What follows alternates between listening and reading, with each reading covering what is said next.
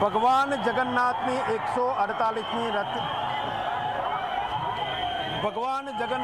148મી રથયાત્રામાં અવનવી ઝાંખી અને અવનવા ટેટુ જોવા મળે છે।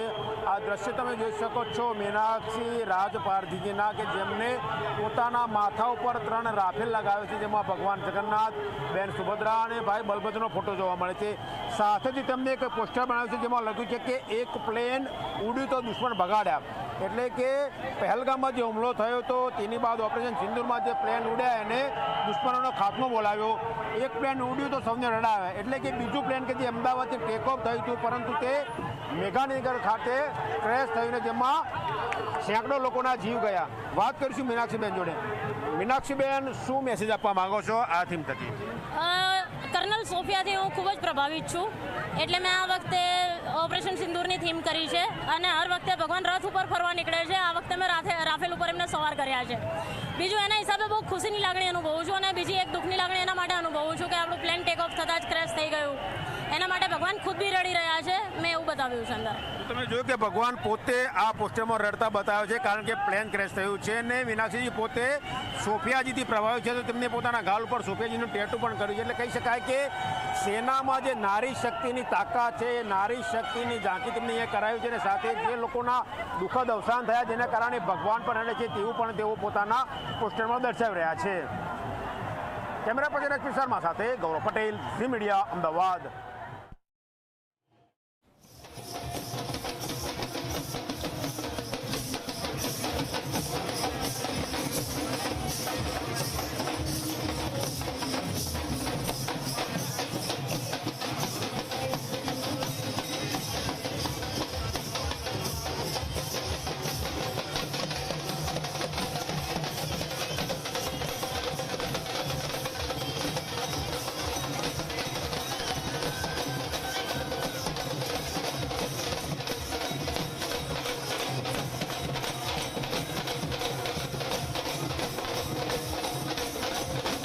તો આપ જુઓ, ભજન મંડળીઓ આપ આ દ્રશ્યોમાં જોઈ શકો છો અને ભજન મંડળીઓમાં રહેલી આ તમામ મહિલા તેમજ પુરુષો અત્યારે ભક્ત બનીને, ગોપી બનીને ભગવાનની રાહ જોઈ રહ્યા છે।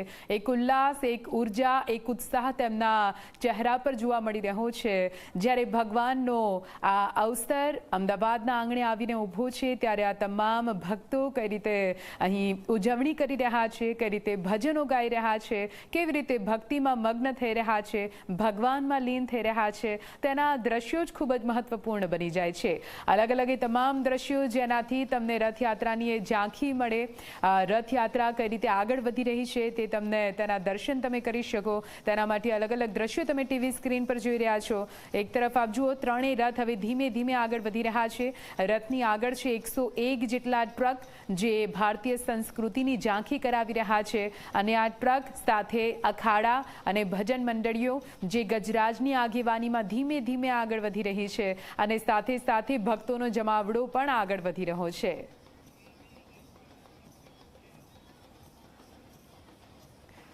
અમારા સંવાદદાતા રવિ પણ અમારી સાથે જોડાયા છે, જેઓ રથયાત્રાના રૂટ પર જ ઉપસ્થિત છે। આખરે ત્યાં કેવો માહોલ છે, ભક્તોમાં કેવો ઉલ્લાસ છે, તેમની સાથે જઈએ અને જોઈએ। રવિ, સીધા આપની પાસે આવીશું। આપ અત્યારે રથયાત્રાના રૂટ પર ક્યાં ઉપસ્થિત છો, કયા પ્રકારના દ્રશ્યો ત્યાંથી સામે આવી રહ્યા છે અને શું ત્યાં ગજરાજો પહોંચ્યા કે હજુ વાર છે?